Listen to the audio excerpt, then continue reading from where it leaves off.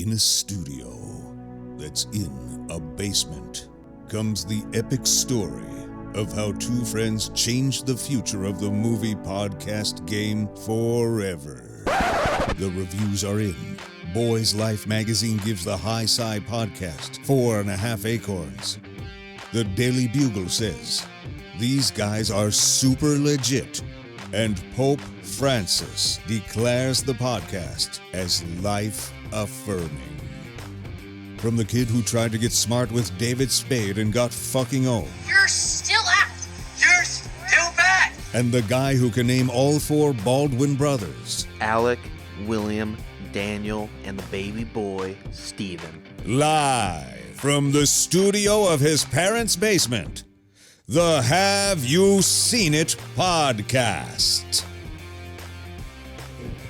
Hello and welcome back to the Have You Seen It podcast. My name is Mason Knight. Sitting across from me is the one and only Cash Krause. As always, still here, still kicking. Still kicking, still alive. Yep, we got it. We have to introduce our newest member to the High Side podcast. Yeah, we do. Or to the High Side channel, our newest family member. Today, you probably can't see him, but to my right is Old Yoda. Old Yoda, full size. Yes, full size, actual size, and he's been fucking. He has been. He has been fucking. He has been reproducing. Yep, and when you bring two of those fuckers together, I don't know what they're called. No one knows what they're called. We don't still have a don't name. know. No. We literally call their species Yoda. Yeah, but when those two get fucking and they start bumping uglies, How do you think it works? 'Cause I've always been curious. Do you think it's just, typical like missionary position? no, it can't or be. Do they use force? It's got to be at least doggy. Okay, I think because their limbs are smaller, it's just a more accessible Right. position. That makes sense. They're very But no, well, I know they have like 4 brains or something. Maybe that's non-canonical, but that's why they're so good with the force. Maybe why? Maybe 4 dicks. What do you think about that? That's, Maybe that also it's brings it taken a full while. circle, Yeah, and it that's does. why they're It so does. good with the force as all. But when you get them together, this is what is created: a little Baby tiny Grogu. baby Grogu. I fucking hate that name. I love Grogu. I think that it's name. cute. I hate that name. But So you're sticking with Baby Yoda. yeah, I guess that name is even more confusing because it's not. It's not A Yoda? lot of people come up to me like think that's Yoda, but it's not. It's Grogu. It's little Grogu, and there he is, little 1.5 foot Grogu. Probably He's not so even cute. that. He's adorable. Imagine how small they are when they are born. They must be like microscopic. Oh, yeah. For Because sure. it took him That thing's 50 years. Yeah. It took this guy, what is he, another foot taller? Almost 1,000 years Yeah, well, old. yeah. I mean, he probably 700 by the time he got full size. These things must be so fucking complicated to keep around. They must Yeah. be like this little baby Yoda. Uh-huh. There's another Baby Just saying. Yoda. There's a lot of Yodas around here. They are. We keep them around. another one We right keep them around for good luck. But yeah, that is. We finally got him. We did. Our new. Now, if they come out with another fucking Yoda, I don't know what to do. like a This whole room's going to be the Yoda studio. Anyways, we had to introduce him. did. But you probably, if you watch, you probably notice he's been here for a while. He has we just for a little while. Have not remembered to do it. But there it is, the formal introduction of Grogu. There he is. Yep. Cute little bastard. What are we here to talk about today, Cash? Oh, we're a little late to the game, that's for sure. Little.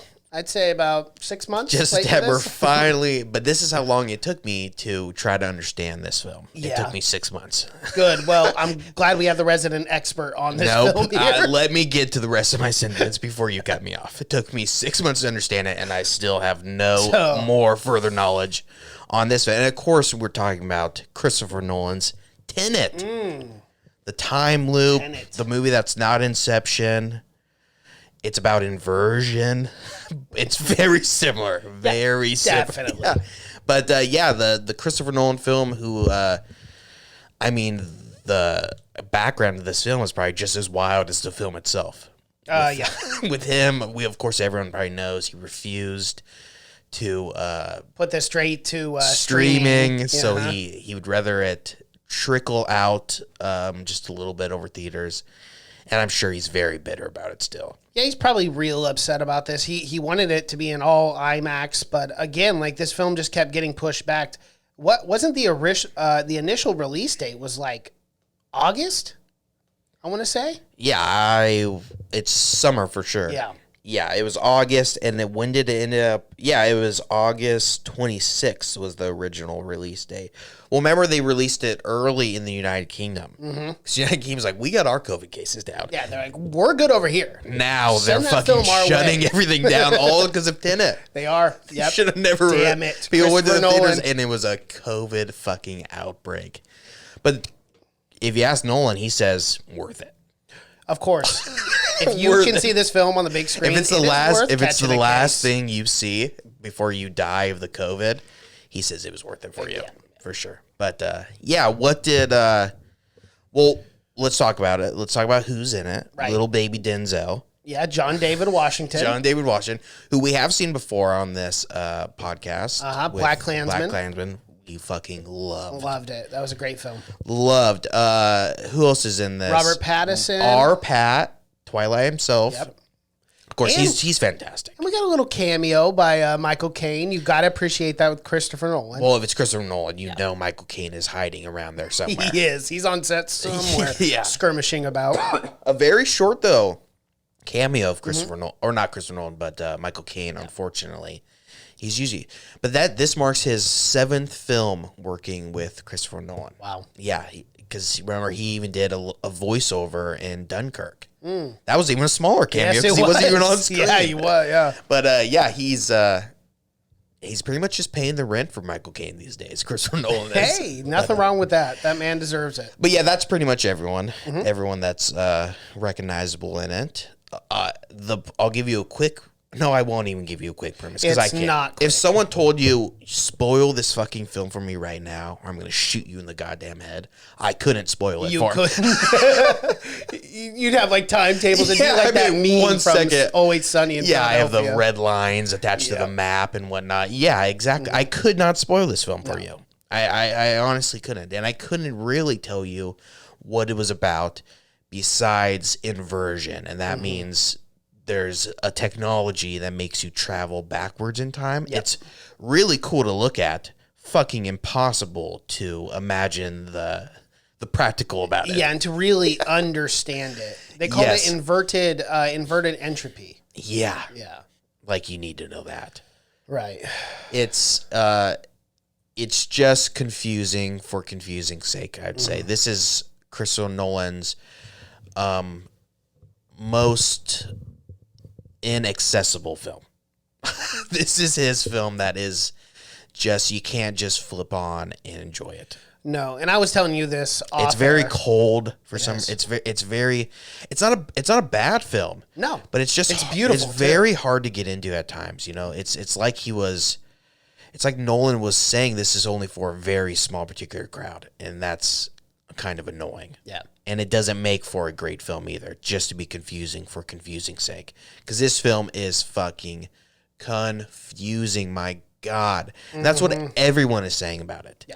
And there's a few other things wrong with it too that I'll get into, but yeah, it is just fucking a headache. Not like Inception, where Inception you thought if you thought about it for a long enough time, you could really start to understand it. Yeah, Inception wasn't that bad. That one was understandable because it was a dream within a dream within a dream. I went out of It Inception made going, sense. it more than confusing, more than it just blew my fucking mind. I will specifically always remember not going to see Inception, but walking out of the theater of Inception and everyone just like being silent and being like, well, what the fuck did we just see? Was he in a dream still? Was it? So that's the kind of confusing, I guess, that I'm looking for in a film where you can just keep diving into and finding more and more. This film, like I told you, I've seen twice now. Yep. And by the second time, I'm no more clearer of what was happening. It's a lot to take in. It's a lot to take in. And I was telling you this off air, but I watched this with Ken, and I was trying to explain it. Like I was pausing the film, and then it got to a point where he was just asking so like even deeper questions, and I'm like, I don't think we figured that out yet. I don't really know. I'm Not I'm yet. trying to You detail won't ever this. figure it out. Yeah. I can imagine watching it with my parents. I thought they pieced it. I thought he pieced it, the ending together as best as he could. You know, like I saw that coming with her on the boat jumping off. When she said that in the film, I go, oh, okay, that's going to be her. Yeah. Right? Oh, So I yeah. understood those things, and I thought they did a good job of tying those loose ends. Yeah. But as far as the basic premise and idea of time inversion, and then so like you're multiplying and like who you go back and forth and back and forth, and like who the fuck they're fighting. I wasn't clear on. No, yeah, like he has that many henchmen. He's an entire army. And then at the very end, spoiler alert, they go into this giant like magical cavern thing. I was not clear about that. Yep. It's not real clear about what all the devices are for and what they do besides they're like a doomsday machine. You know, when you blink the pieces together, it's like a totem They're all pole. like pieces of the Tesseract or something, you know? It's fucking confusing. You're not, it's going to end the world, but then it's like, who the fuck made it? I guess maybe I was, of course, thinking people from the future. People from the future, maybe aliens, but it was hinted at that's been here a long time. So oh my God. And the fact that John Washington's character was actually the one who set it all up at the end. Yes. Right? He was and then fighting. I guess Neil, which was Robert Pattinson. Well, that's the guy that's really, he's the one that really knows what's going on. Yeah, he does. Well, because he was the son of Kat. Exactly. Yeah. It's, very fucking confusing. Yeah. John Washington, he thinks he knows what's going on, but I don't think he really knows what's going on. Now, Robert Pattinson's character, he's the one that really fucking knew what was going on. He knew that they were fighting themselves in the airport terminal and whatnot, and he knew not to kill himself and whatnot. But I also thought you weren't supposed to touch each other. That's what I thought. They did touch each other. They said particles can't come into. What I thought, sometimes it was really weird because, like, if you're inverting, right, you need oxygen. Okay, so this was one of the questions that I had. Yes. So if you have to wear oxygen, we get to the climax of the film. Obviously, Kat goes back in time to talk to Prater. Or not Prater, Nader. Sator. I knew it was Prater, Nader, who gives a... You know, whatever. But Sator. But she was not wearing the oxygen that's the thing about this movie is it's a time travel movie, and it took him 5 years, but the time travel elements aren't great. Yeah. They bring up more questions than they answer all the time. So you think for a movie that he spent 5 years making, like, this would be air fucking tight. Yeah. But that's also a lot of things I say. A lot of like more geekier reviewers that I watched were like, the time travel, it just wasn't good for a time travel movie. Yeah. It was just, I don't know. It was Nolan cranked up to 11 in his best stuff and also his worst aspects also, which his worst aspects are characters.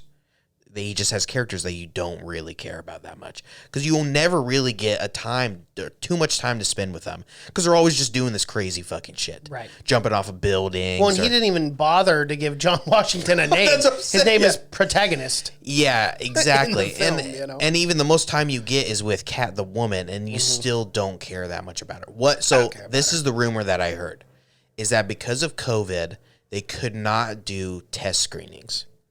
So they could not bring a crowd in here. And that makes sense, and that's actually. What's good with Christopher Nolan, because this feels like Christopher Nolan absolutely unrestrained, like George Lucas prequel style. Right. And so it's, like I said, his best stuff is his best stuff, like the action sequences, but the characters. And let me tell you, the dialogue for the audio, it might have been easier to hear on your home, but it was fucking hard to hear during theaters. Really? Yeah, the audio for the dialogue is horrible.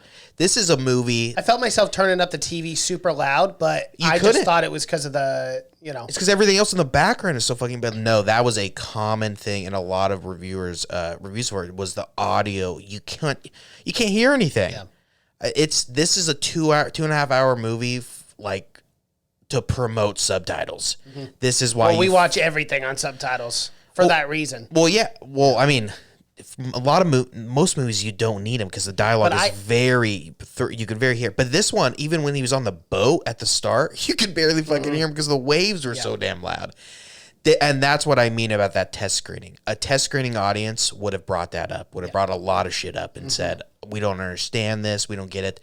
But the rumor is because of COVID, they couldn't have a test screen, so they just said, Nolan, do what you think is best. Yeah. That makes sense for me, though. I mean, because I did find myself turning up the TV super loud and having subtitles on. And there were a lot of times, now that you bring it up, something I probably would have never brought up on this podcast, but it does make sense because I found myself reading subtitles more than trying to understand what they were saying. Yeah. Because everything was going by so fast too. I'm trying to pick up names, places, like, because it doesn't give you any context at all when you start out. So you're trying to figure out who Sator is, who Progue is, and who all these things are. You just feel like Nolan was thinking, that shit doesn't matter. Stop. He wants you to stop caring about the characters and everything because he wants you to care about these fucking action sequences and stuff. But yeah, you can't. It's the kind of thing where you can turn up your volume, but then when it gets to an action sequence, you just got to turn it down because everything else besides the dialogue audio is so fucking loud. But then when they start talking, it's like it's a whisper because there's always so much Foley sound in the background, like waves or traffic or anything. Right. But yeah, Christopher Nolan's films all have that tendency to have kind of shitty audio dialogue, but this one is by far the worst. There's some points where when I was seeing it in the theater first time, I couldn't hear him. I couldn't hear what was going on. I do want to bring up some positives of this film because I was absolutely blown away with the choreography of going backwards. I thought it looked really good. Yeah, there's a lot of the choreography, a lot of the stunt work was phenomenal. Even the camera work too, when they were fighting. One in particular, when John Washington, it's revealed that he's fighting himself. The protagonist is fighting himself. I thought that sequence looked beautiful. I thought it was awesome, man. Even the way the camera was moving, it was.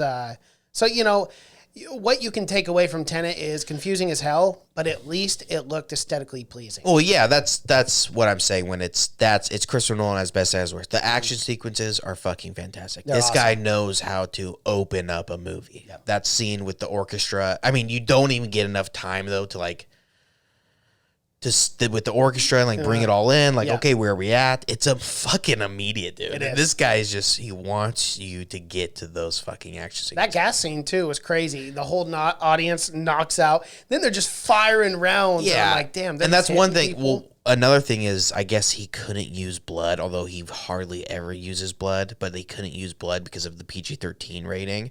Although at one point we see a man fall from a boat and he hits everything. And his body is literally not.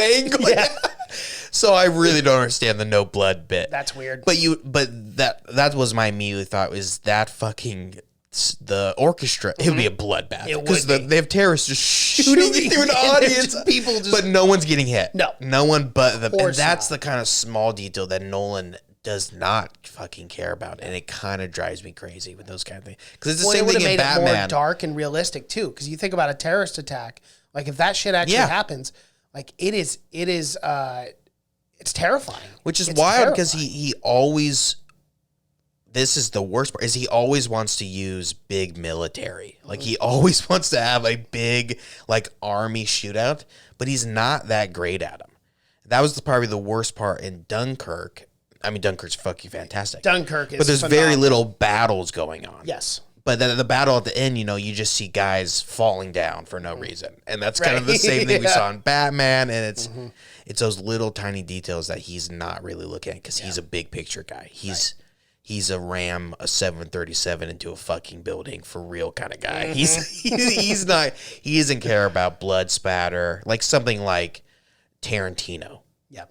Was very obviously very passionate about. If someone gets shot, you are seeing the wound, the exit wound. You're seeing the bullet enter. Christopher Nolan, it's because the sci-fi elements, I guess, is what he's for, but more focused on. But yeah, I love the orchestra shootout. That is a great fucking opening. Great way to bring you in too, because I was like, oh shit, okay, it's already happening. If he wasn't so obsessed with these metaphysical kind of movies and the sci-fi movies, I think he could do a fantastic fucking bank robbery movie. Yeah. Because that kind of, that audio of the gunshots are so fucking loud and clear. I think he could do a really good bank robbery movie. Yeah. And not a lot of people get shot, but he'd never do it. Like it's too simple. Mind bender, Inside Man kind of thing, Yeah, or it'd have like the elements, it would have the equal sound design of Heat with a much better story because Heat is the #1 bank robbery movie. It is. And people use that to this day, even the way they're moving, formations and stuff. And the gun reloads, but Christopher Nolan, I guess he would not care about how you reload a gun. But yeah, the action sequence. There's one sequence that is just. I mean, that's what's so wild about this movie. There's some very low lows and very high highs. Mm-hmm. The action sequence of the car chase is wild. I still don't understand how he did it. Yeah, I guess, reversing too, as it's I guess crazy. He had to bring in like stuntmen from all over the world to be able to. I guarantee to be able to figure that out. Yeah, he had the main stuntman he uses is the guy. The only reason I know this because I read about it is the guy who flips the semi during Dark Knight. You know, when the Joker. Yep. Remember when the semi flips all the way over?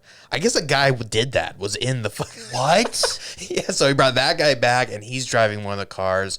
And then he brought a bunch of people from around the world to try to figure out how to do that driving sequence. Because that driving sequence, I wanted it to be longer. Mm-hmm.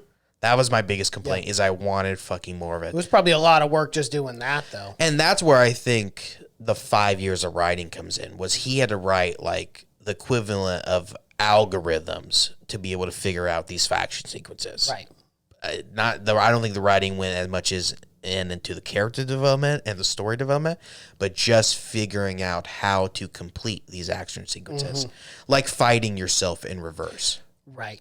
That could be a task. That would be real hard to accomplish. It's fun, but he fucking nails it, and it does look good. Even when they're walking backwards, there's some weird kind of like glitch to where it feels like it's like you're hitting rewind in a film. They're still going forward, but they're walking. It's very well done. It's very Nolan, and it's cool too, man. Because like the Boeing 747 or whatever that was, the plane that crashed and then you see them taking Cat as the firefighters and everything are going backwards. It looked really cool. Yeah. And then like it kind of comes full circle. Then we realize the man dressed in all black is John Washington, and he gets thrown through the little metal. I know. You think he gets sucked through the fucking That's what engine. you think initially. Yeah.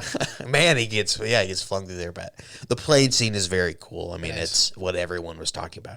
The double explosion scene is fucking cool at the end. That kind of fucks with your head. It does, because it yeah, you're like, what the hell am I watching? It really kind of broke my brain seeing it, but it was really fucking cool. It was really well done. But they tied in Neil well at the end too, with the little keychain thing in the back that you see the entire time. Yeah, and I knew that watching the film the first time with the opera scene. I looked at that right away because he turned his back and you see it just for a second. Yes, the little keychain, and then you see it again. Later on, when they're in the tunnel or whatever, and the bodies. Well, this is one thing I caught watching it the second time, is everyone wearing red is moving forward in time, and anytime there's even a blue light or a blue hue, or people are wearing blue, those guys are moving backwards in time.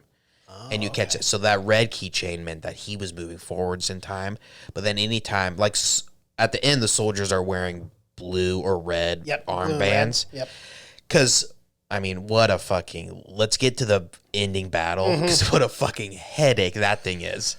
So, I'll try to explain it. Yeah, please. There's two sets of soldiers. One soldier's going in for a distraction. These teams are the red team. That means they're moving forward. They're going in for a distraction. While a blue team is going backwards in time, I believe undoing what the red team did after the distraction. Okay. Yes. So one team was undoing what the other team was supposed to be doing as a distraction. So you have multiple teams moving through multiple timelines. It becomes they end up in, again, this magic cavern kind of place where you have, but it helps a little bit with the red and blue armbands. Yeah, it does. And even when he first meets, not when they first meet Sator, but when Sator shoots Cat and he goes in the machine and Washington sees it for the first time. His room is in a blue hue while Washington's room is in a red hue. And that has to do with like light coming from the sun. It's Nolan. It's Nolan. It is Nolan. He's almost, I would say, too smart for his own good. Yeah. Like maybe he should have been just a physicist. He probably should have been, but you like film too much. These films are starting to become, what if a physicist made a film? And this is what you would think, oh, that's going to be really confusing. And you'd be fucking right. Yeah. It's really fucking confusing. But yeah, the final battle, it is cool, but at some point, like I said, you're not sure like who's fighting who. At some point, it just seems like they're just shooting at buildings, because the editing is not great either. That's another thing that I think with a test audience, they would have mentioned that the editing is confusing, because at some points you're not sure who they're shooting at, because a lot of time it doesn't show the enemy. No.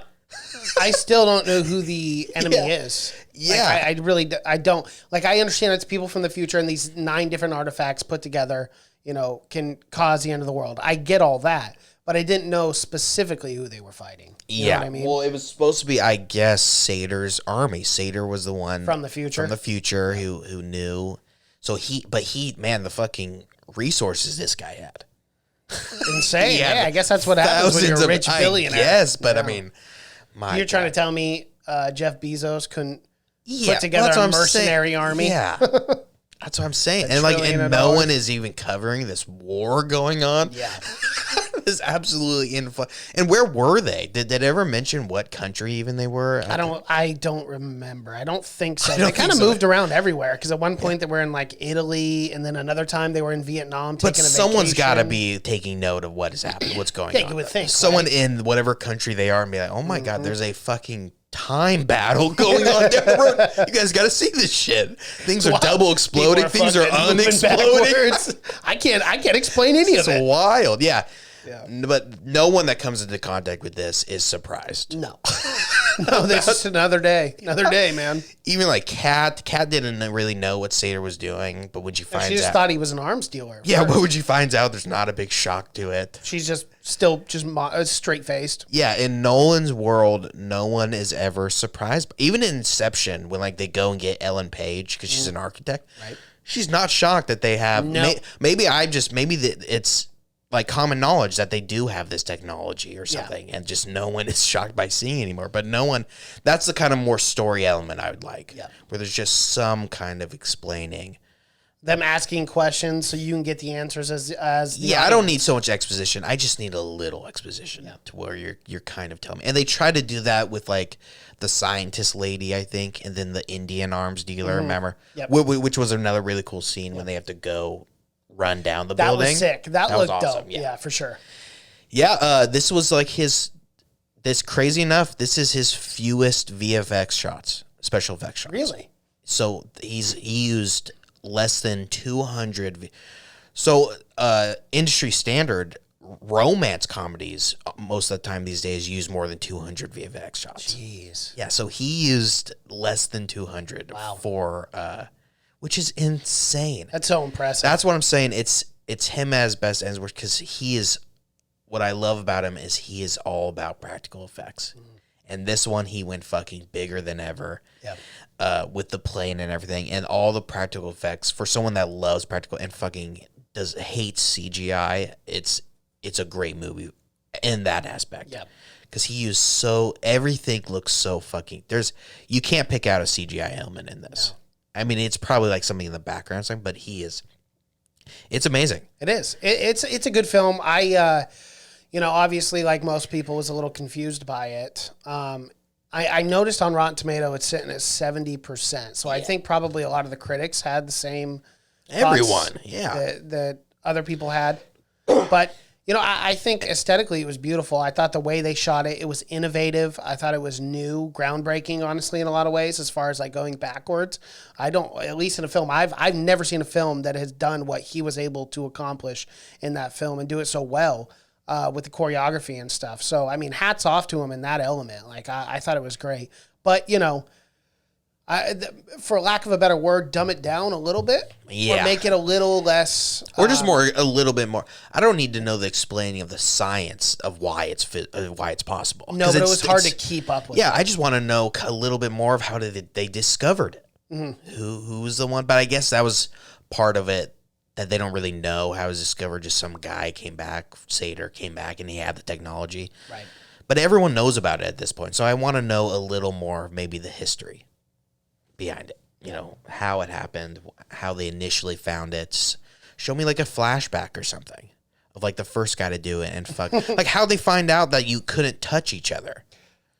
Someone had to have done it. Did it. Yeah, someone did it. Show me it then. Yeah. Show me how you found out all these different things. Right. And whatnot. But yeah, I agree. Most of the things you said is the action sequences are great, but some things are inexcusable, like the bad dialogue audio in 2021 or 2020 is inexcusable. Yeah. We have the technology at this point. We do. You can afford to ram a plane into an actual building and with an actual plane. But you can't hire an But I audio can't guy. hear half the fucking words going on. That was the most frustrating part for me. But it's not. Unfortunately, he's done so many good films that this one falls kind of waste level of his films. I would say I like Inception more. I like The Prestige more. I love The Prestige. I liked Dunkirk more. Yep. I liked The Dark Knight more. Yeah. But it probably ranks 5th best Nolan film. I would agree with that. Yeah, it's middle of the road as far as Christopher Nolan films. I didn't hate it. It's not going to sweep the Oscars like we were kind of predicting. Yeah. I was going to say this was going to originally. I was going to say this was going to be like Denzel's son's kind of breakout role, but it's not because there's so little character development and so little chances for him to really show off his acting skills. Yeah. Maybe the most reach they ask from him is when he's being tortured at the start. That's about it. But besides that, he doesn't get emotional. He does not have a whole lot of dialogue in it. No, he doesn't. I mean, some of his dialogue is quick and witty with Sater and the wife, when and he's some at it's the table, cheesy and hokey, I thought. Yeah, some of it was some like of it. B almost. I heard he was trying to make this like a highbrow highbrow James Bond film because he's a huge James Bond. But it just does not have that cleanliness and that sharpness that James Bond. It does not even have the sharpness of a Mission Impossible film. No, it doesn't. Yeah, I agree with that. Yeah, for sure. But again, middle of the road, a 70% is probably right around what I'd give it. Same. I might give it a little higher just because some of the action sequence Insanely you good probably and won't groundbreaking. ever see again. No. I mean, unless he makes another Tenet. Tenet Yeah, 2. Tenet 2. Which I don't think you could. I don't Probably know if not. it. I was so confused by the end. I have maybe a sequel is in the works. Yeah, I it's necessary to just understand it to get a better grasp. But I have on it. no idea of it. Yeah. But that's about it. It's Alrighty. it's not streaming, but you can rent it. You can. I rent would it. say it's worth renting. Yeah, it's right $5.99 now. right and now, nothing which again. isn't Nothing bad. is else Not much. is out right now. Oh, one other, I've got to bring this up. Hans Zimmer usually does. The score. Couldn't do it for him Yep, because he was doing Dune. Dune. He said that was his passion project, which every time I watch a movie, it somehow gets me more excited for Dune. The score for this was really good, though. That's something that we didn't. It bring was up, good. but I don't know if like it the was score for this. Yeah, it was. I don't know if it's Hans Zimmer good, but it was good. It was from the guy who did Black Panther, which I think he won Yes. an Oscar. Yeah. for the score or something. But yeah, it was good. All right.